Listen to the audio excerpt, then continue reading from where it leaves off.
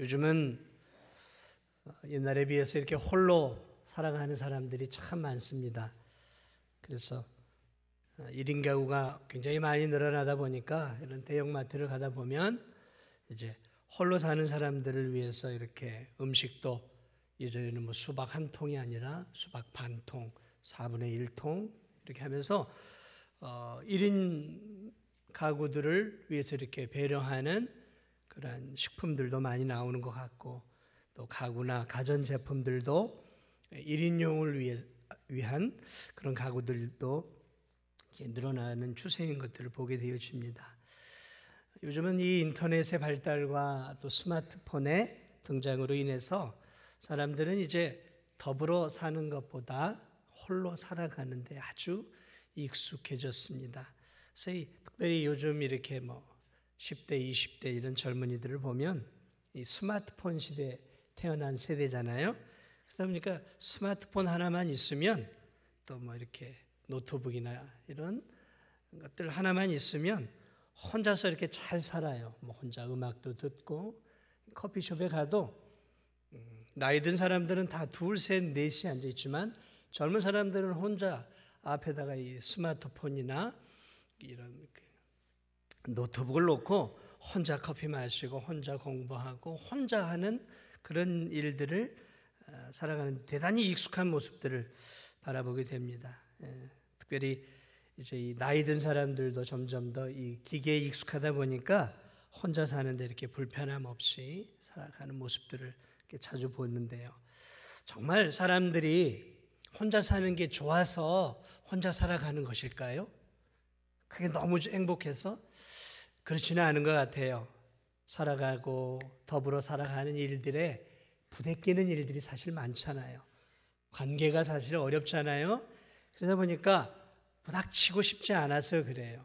그러니까 이 함께 살아가는 삶에 주어지는 이 많은 장점에 있음에도 불구하고 이렇게 교제하고 또 이렇게 만나서 부닥치는 그런 일들을 좀 피하고 싶어하는 경향들이 많아요. 그러다 보니까 이렇게 홀로 살아가는 것이죠. 그러니까 홀로 살아가는 것이 행복하고 기뻐서가 아니라 차선책인 것이죠.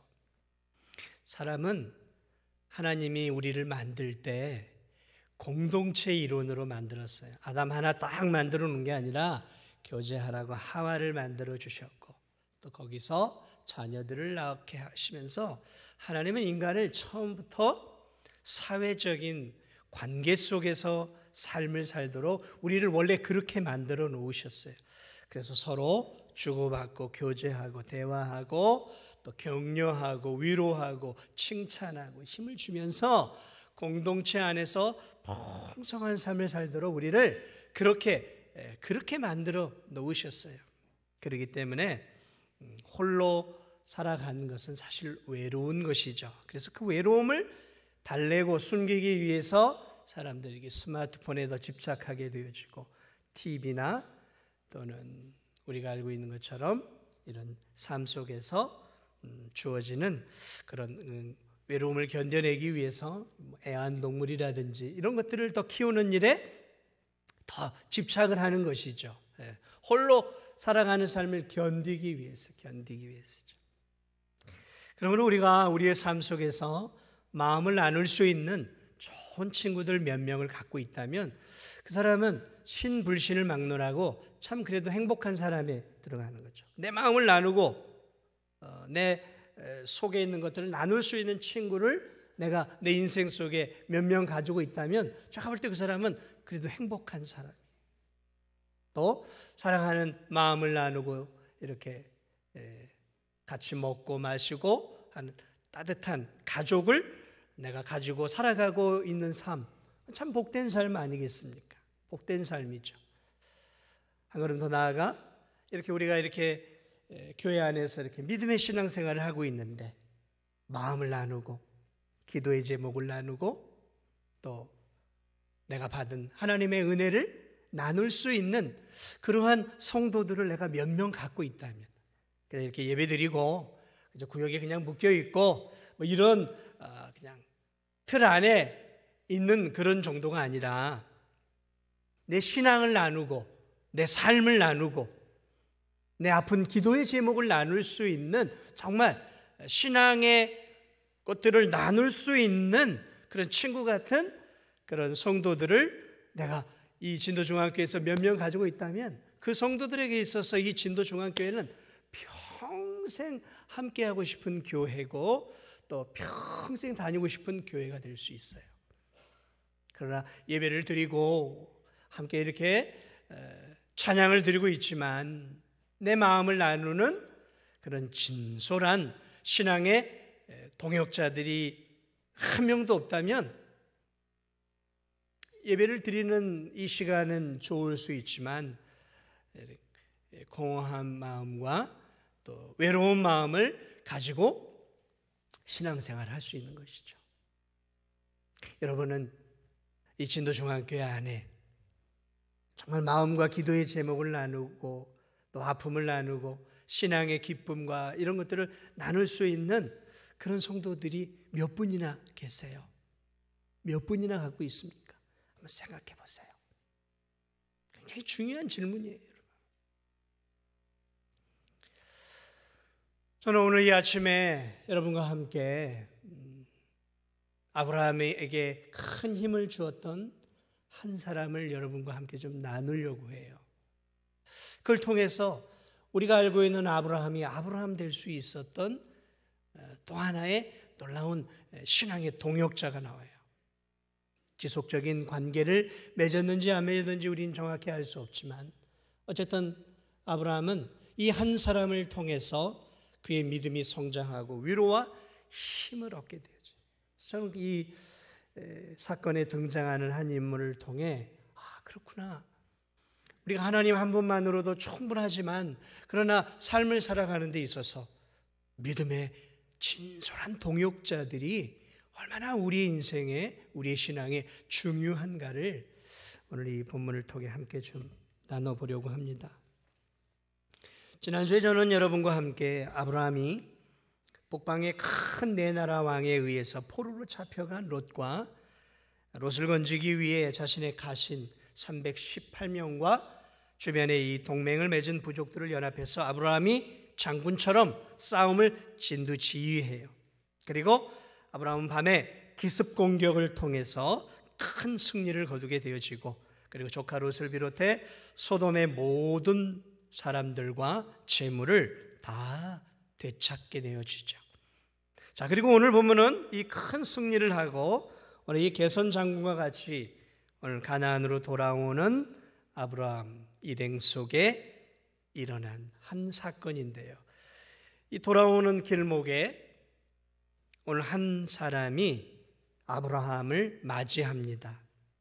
아브라함은 목숨을 건 전투를 통해 큰 승리를 거두었고 이제 가나안에서는 감히 건드릴 수 없는 전쟁의 영웅이 되었어요. 전쟁의 영웅이 되었어요. 전쟁의 영웅으로 돌아오는 과정 속에 아브라함은 한 특별한 사람의 환대를 받습니다. 멜기세덱이라고 하는 한 인물이 오늘 성경에 등장해서 이 돌아온 아브라함을 환영해요. 자, 그는 전쟁에서 지쳐 돌아오는 아브라함과 그 일행을 위해 오늘 성경을 보니까 떡과 포도주를 준비해 수고했다, 고생했다 하며 환대하고 있습니다. 얼마나 지쳤겠어요.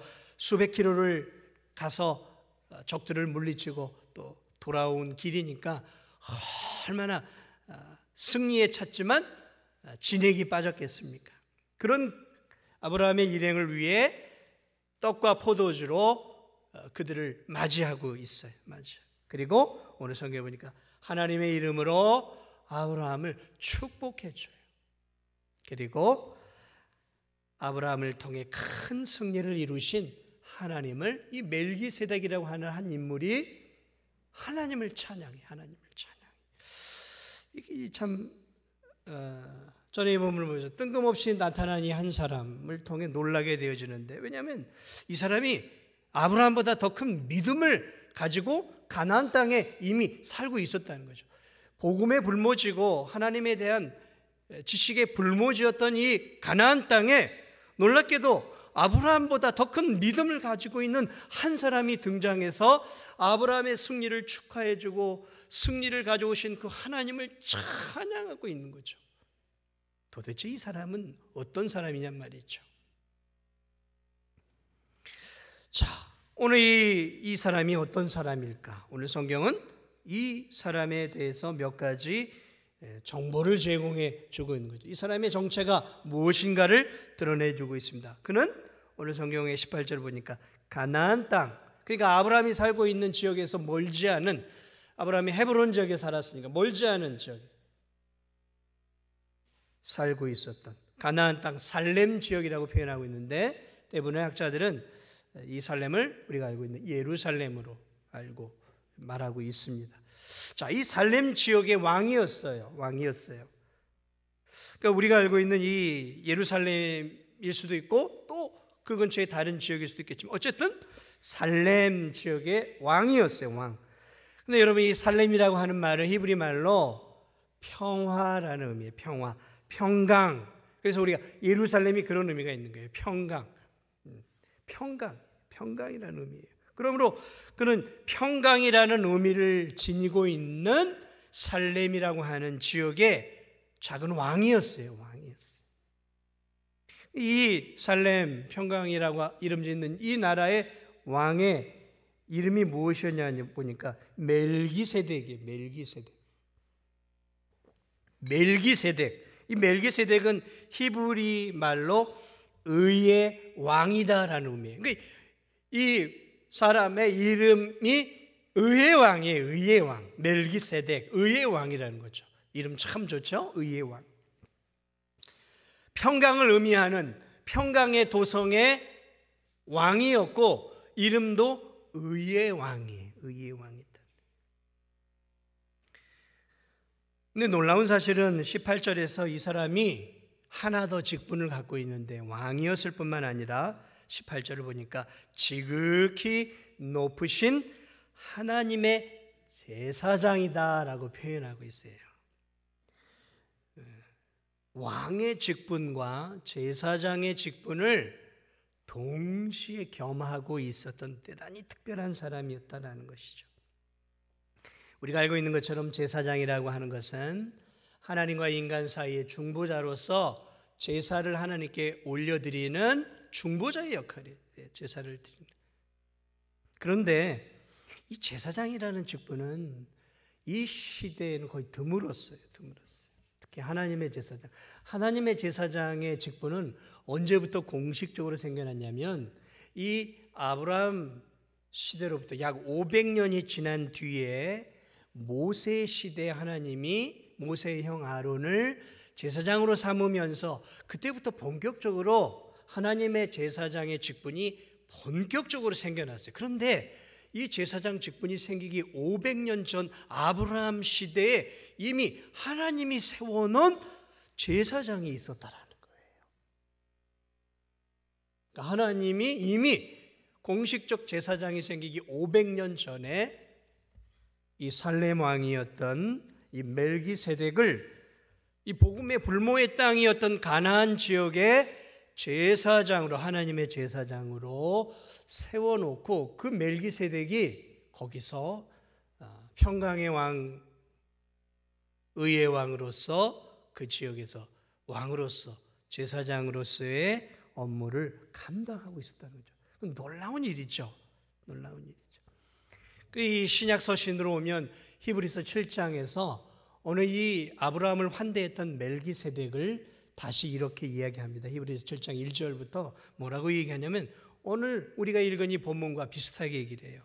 이 멜기세덱은 살렘 왕이요 지극히 높으신 하나님의 제사장이라.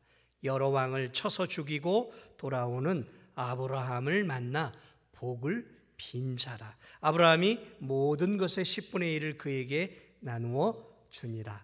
그 이름을 해석하니 먼저는 의의 왕이요 그 다음은 살렘 왕이니 평강의 왕이요 아버지도 없고 어머니도 없고 족보도 없고 시작한 날도 없고 생명의 끝도 없어 하나님의 아들과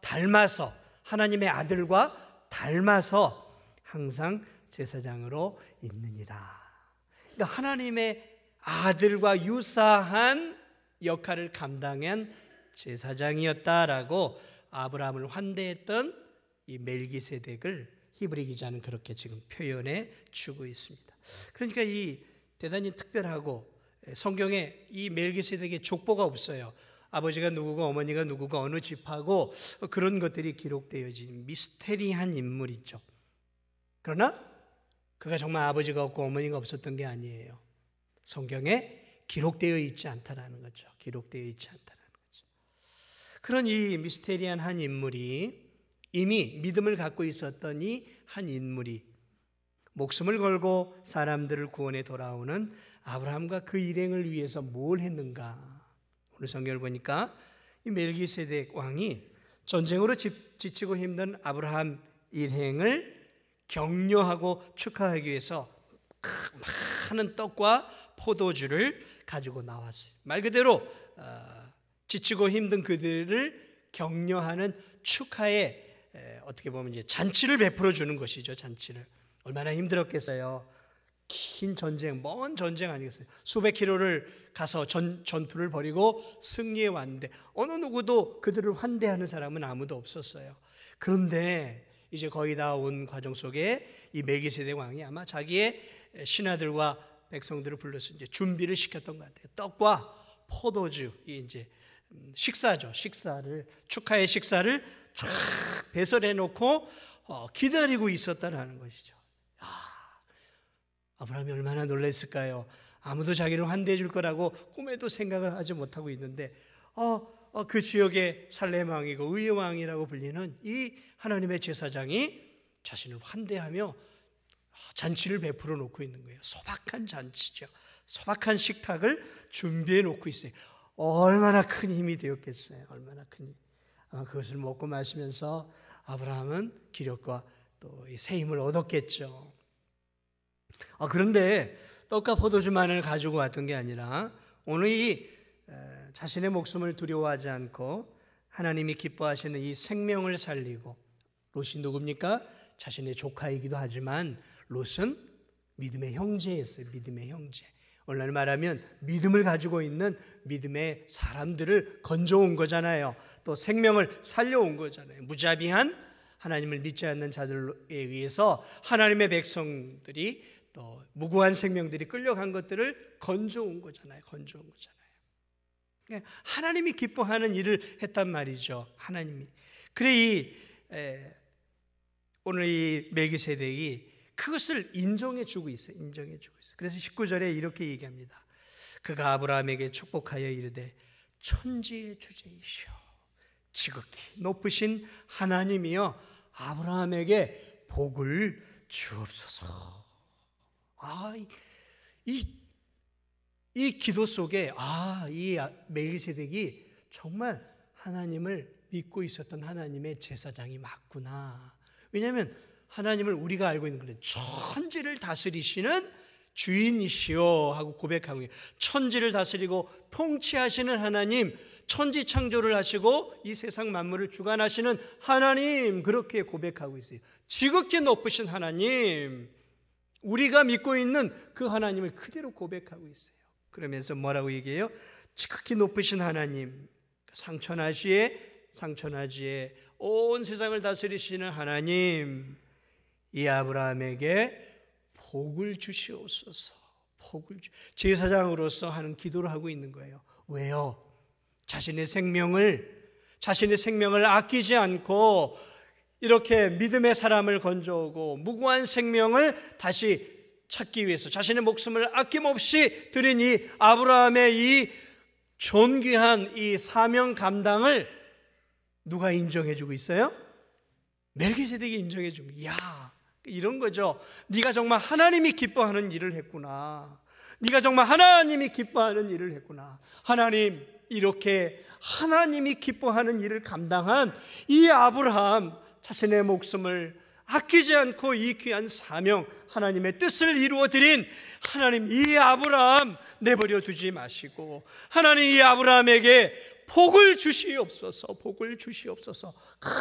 간절하게 대제사장으로서 하나님께 이 귀한 사명을 감당한 아브라함에게 복을 달라고 축복하며 기도하고 있어요.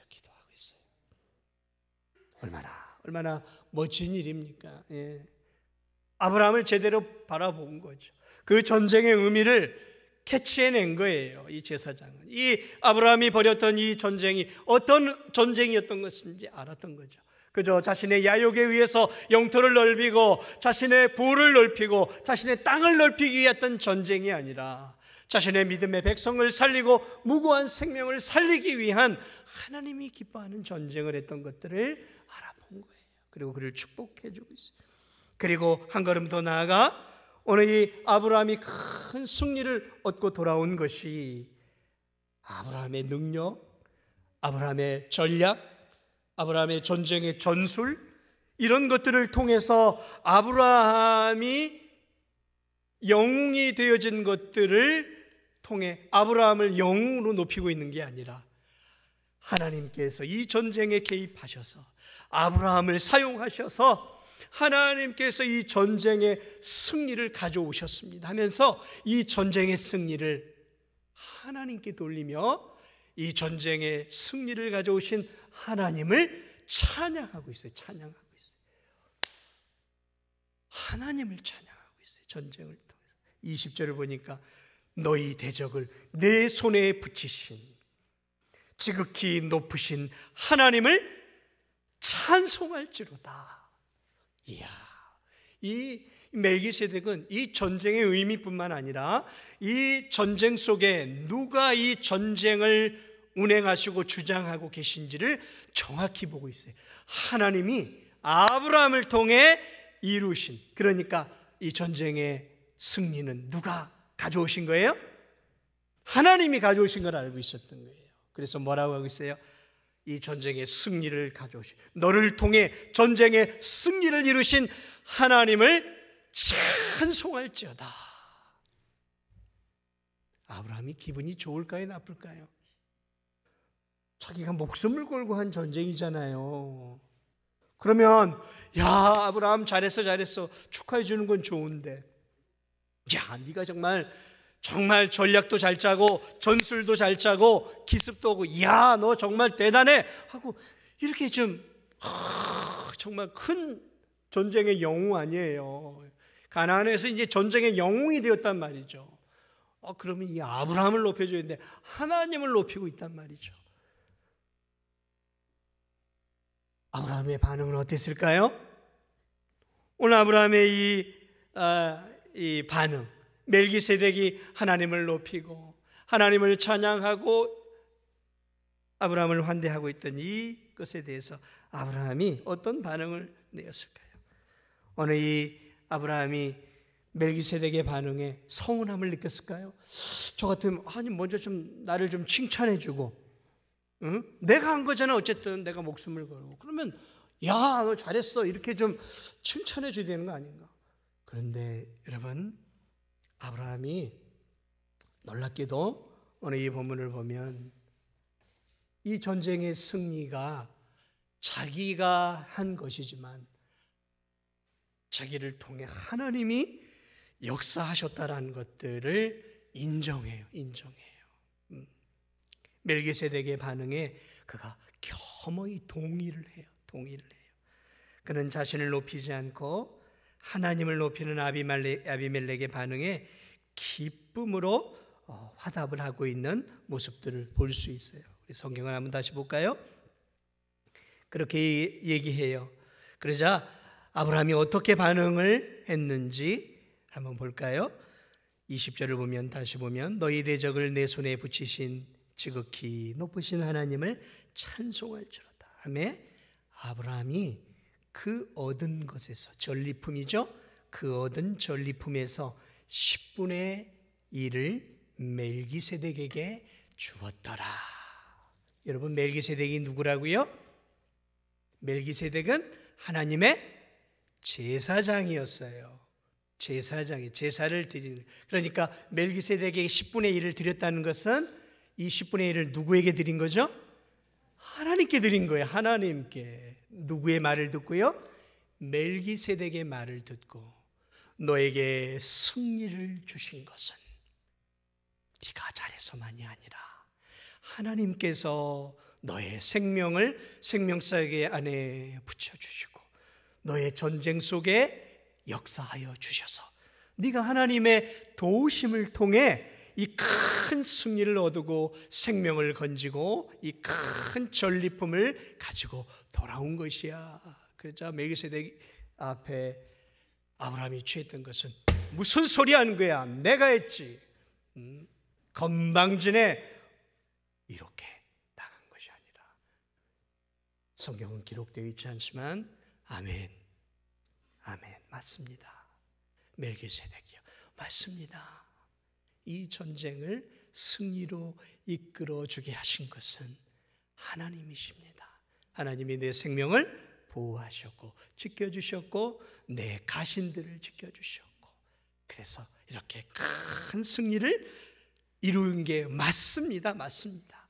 그러면서 그가 뭘 해요?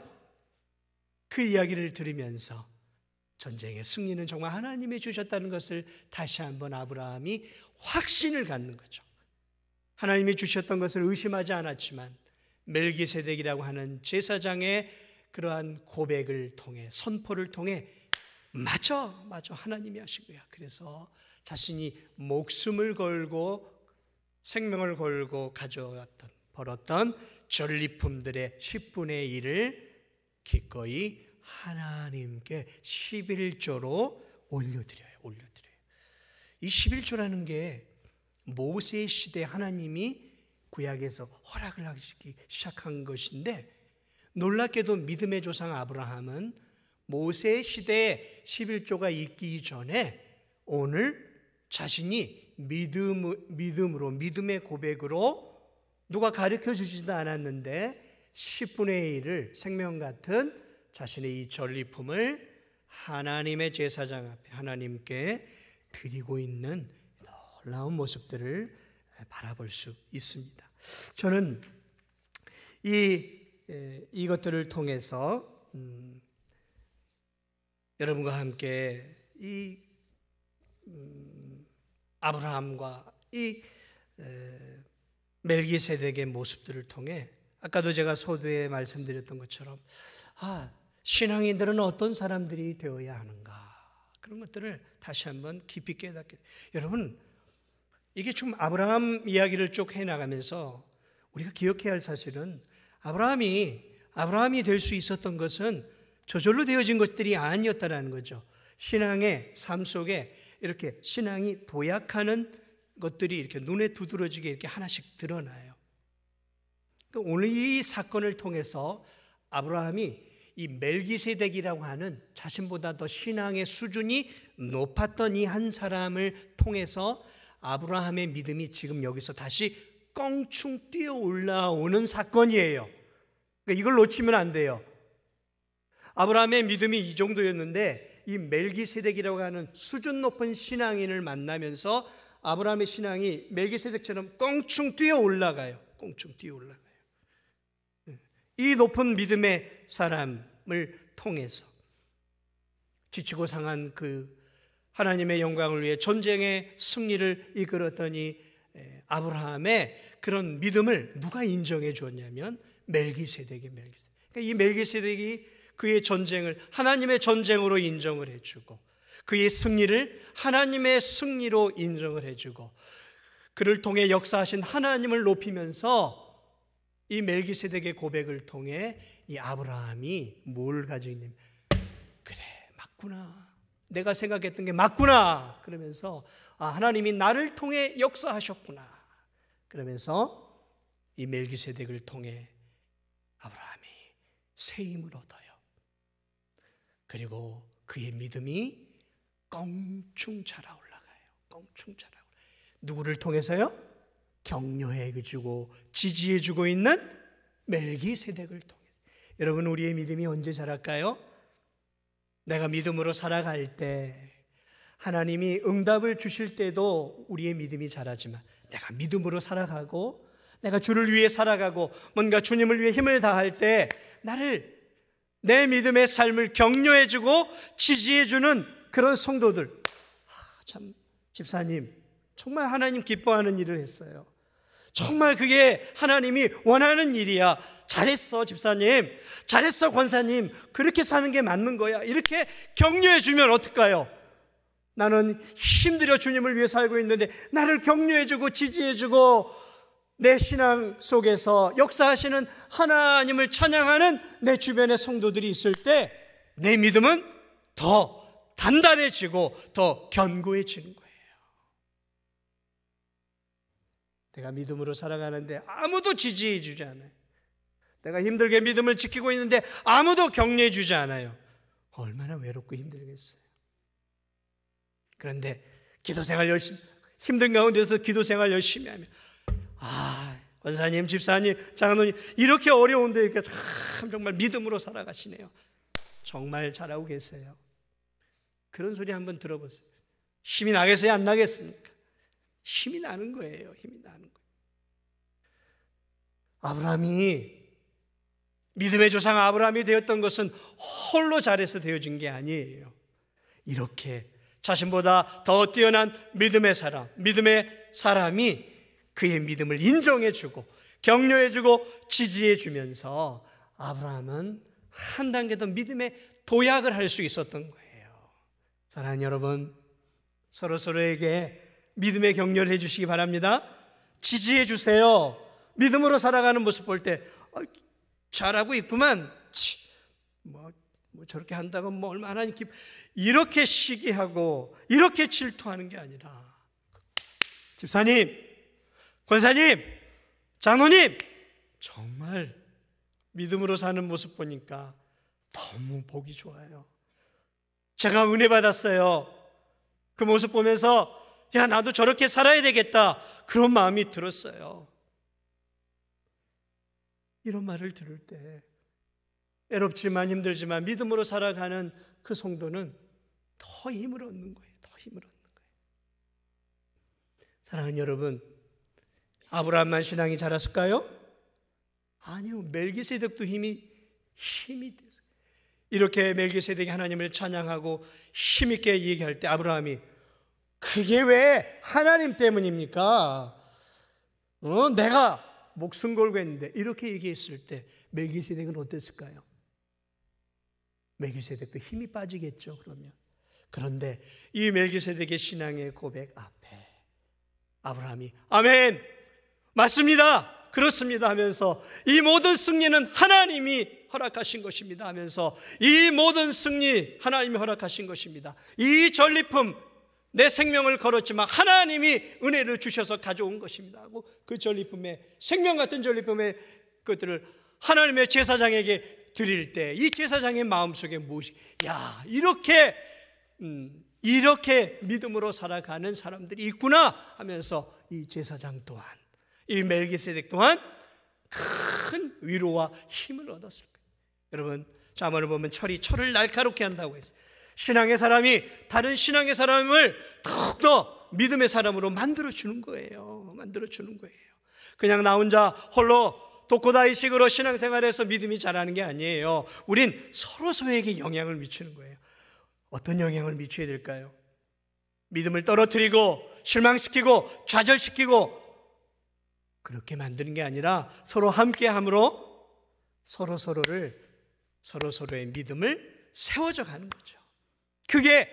그게 성도. 그래서 교회가 존재해야 할 이유가 그거예요. 교회가 서로에게 힘을 북돋아 주는 것이죠.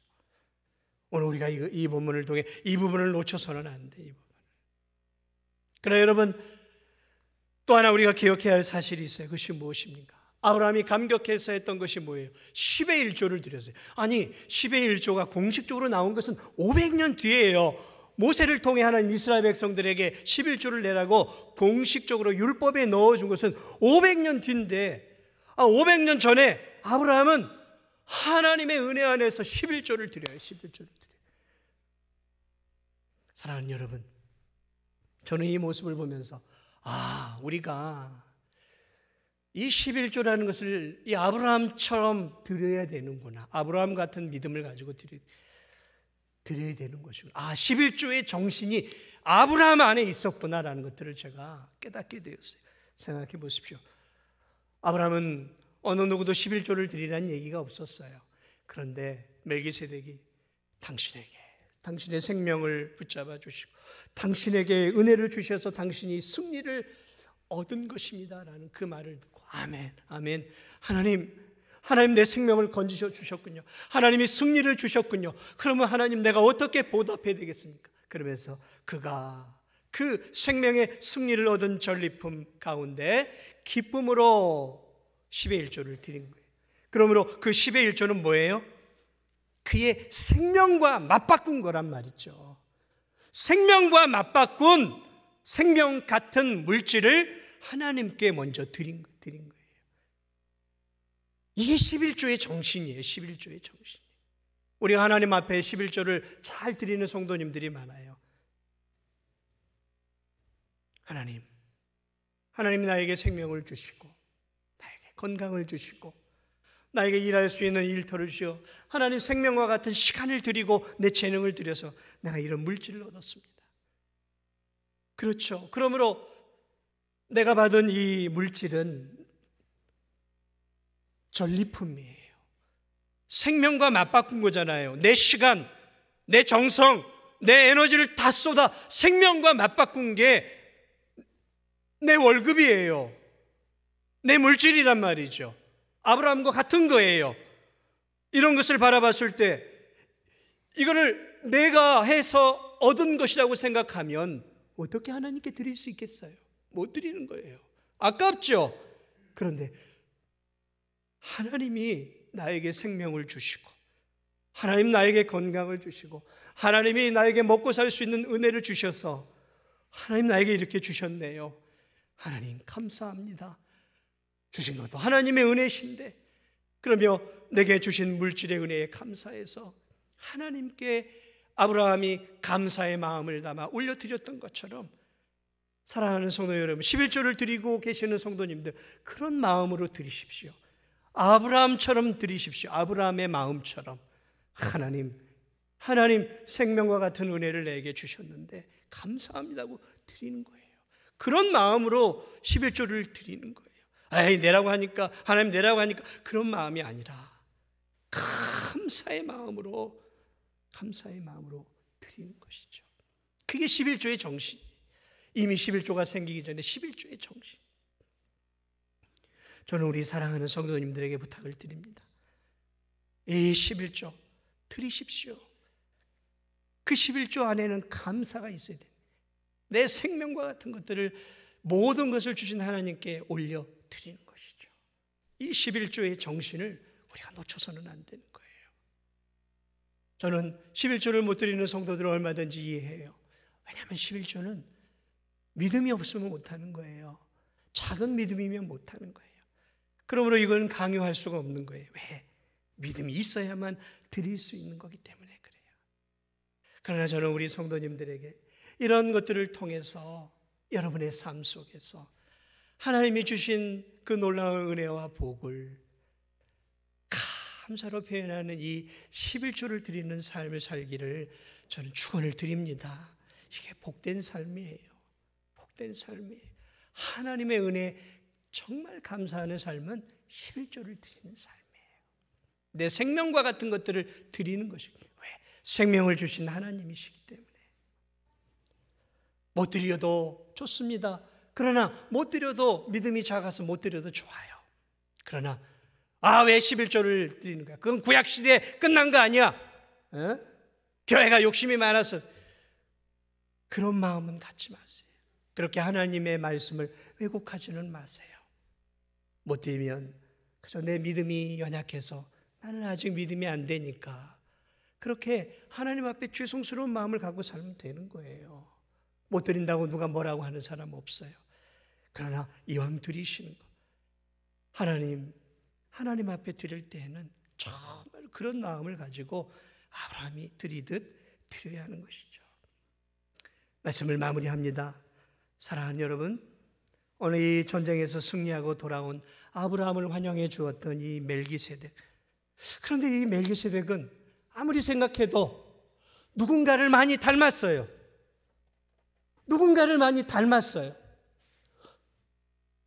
히브리서 7장에서 이 멜기세덱을 오늘 이 본문처럼 이렇게 얘기해요. 이 멜기세덱은 살렘 왕이요, 평강의 왕이라는 거죠. 하나님의 제사장이요, 그리고 여러 왕을 쳐서 죽이고 돌아온 아브라함에게 복을 빌어준 자, 하나님께 복을 빌어주었어요. 의의 왕이에요, 평강의 왕이에요, 제사장이에요, 아브라함에게 복을 빌어주. 여러분, 누군가를 너무 많이 닮았어요. 누군가를 많이 예표하고 있어요. 그게 누굴까요? 히브리서 7장은 바로 이 멜기세덱을 앞으로 오신 예수 그리스도의 예표로 표현해 주고 있어요. 그렇습니다.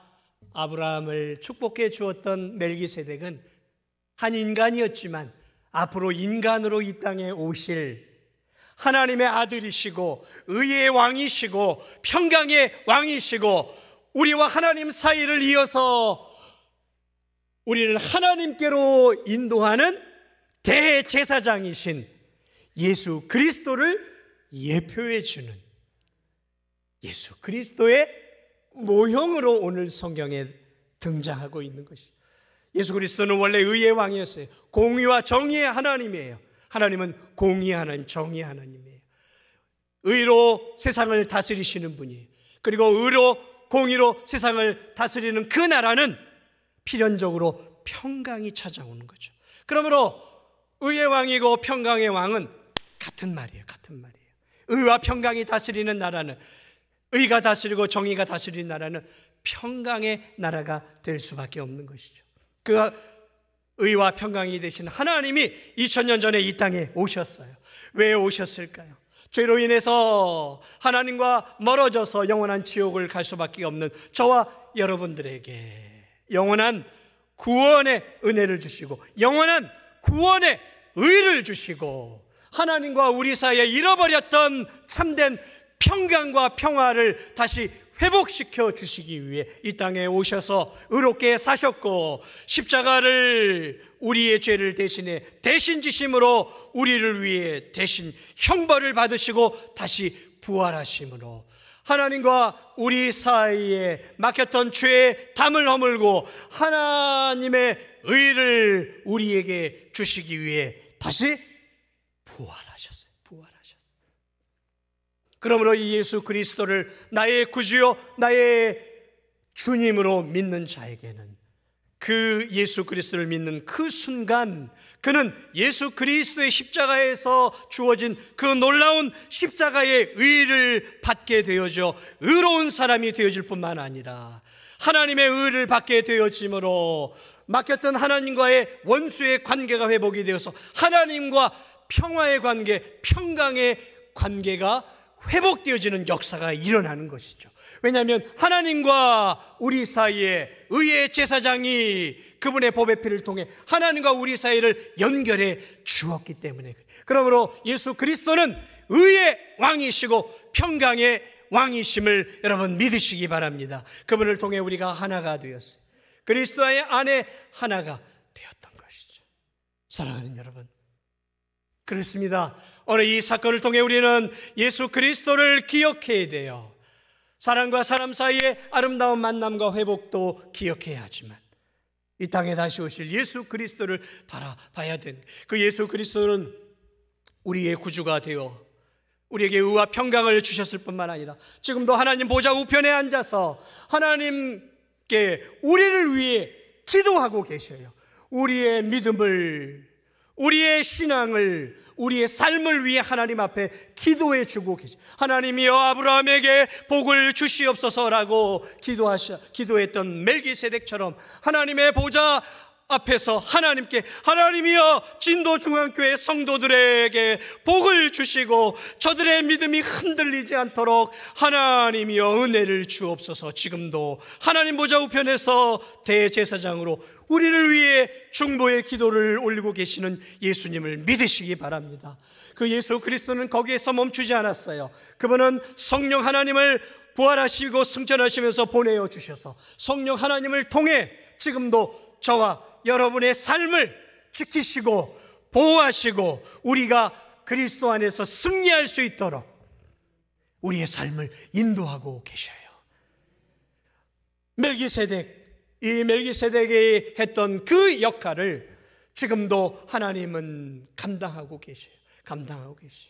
사랑하는 여러분, 오늘 우리가 이 세상 속에 살아가는 것이 어렵습니다. 믿음으로 살아가는 거 쉬우세요? 저는 시간이 갈수록 어려워요. 힘들어요.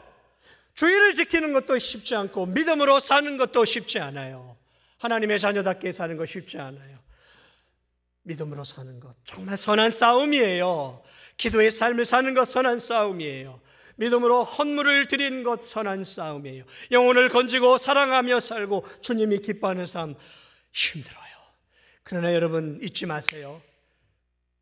우리 주 예수 그리스도께서 믿음의 선한 싸움을 싸우고 결국 저 영원한 천국으로 올라갈 때 마치 전쟁에서 믿음의 싸움을 싸우고 승리한 그가 돌아올 때 멜기세덱이 그를 위하여 잔치를 베풀고 그를 축복하고 그를 기다리고 있었던 것처럼 우리가 이 땅에서 믿음을 지키고 주님을 위해 살고 몸부림치며 하나님의 나라와 영광을 위해서 애쓰고 수고하고 믿음의 선한 싸움을 싸우다가 세상 사람들이 알아주지 않아도, 세상 사람들이 우리를 높여주지 않아도 그렇게 믿음을 지키고 살아 이 세상을 떠날 때 이 세상에서는 우리가 환대받지 못하도 저 영원한 천국에서 우리 주님이 영원한 천국의 진수성찬을 마련하고 천국의 보화를 마련하고 그 제사장 되신 예수 그리스도께서 믿음의 선한 싸움을 싸우고 온 우리들을 기쁨으로 환대하며 영원한 안식과 위로와 승리와 기쁨을 우리에게 주실 그 영원한 마지막 때를 우리가 이 본문을 통해 볼 수 있어야 되는 거예요. 볼 수 있어요. 우리의 마지막 때, 우리의 마지막 때. 이 세상을 믿음을 지키고 믿음의 선한 싸움을 싸우고 떠나갈 때 저 영원한 천국에서 우리에게 의의 면류관, 생명의 면류관을 씌워주며 우리에게 고생했다. 이 땅에서 믿음 지키느라고 고생했다. 이 땅에서 나를 위해 사느라고 고생했다. 이 땅에서 복음을 위해 수고하느라고 고생했다. 이제 내가 너를 위해 영원한 천국의 잔치를 배설했다. 자, 나와 함께 영원토록 이제 이 천국에서 주인 노릇하며 나와 함께 살자. 우리 주님이 전쟁의 고단함 가운데 돌아온 이 아브라함을 맞이해 주셨던 것처럼 앞으로 우리 주님이 영원한 천국에서 우리를 그렇게 맞아 주실 것을 사랑하는 여러분 바라보시고 이 힘든 인생길 속에 남은 인생도 믿음을 지키세요. 기도의 자리를 지키세요. 예배의 자리를 지키세요. 영혼을 건지기에 힘쓰고 말씀대로 살기에 힘쓰세요. 나를 위해 십자가에 죽으신 그 주님을 위해 남은 생에도 믿음의 선한 싸움을 힘있게 싸워갈 수 있는 저와 우리 성도들이 되시기를 예수님의 이름으로 축복을 드립니다. 우리 이 시간 함께 기도했으면 좋겠어요. 하나님, 내가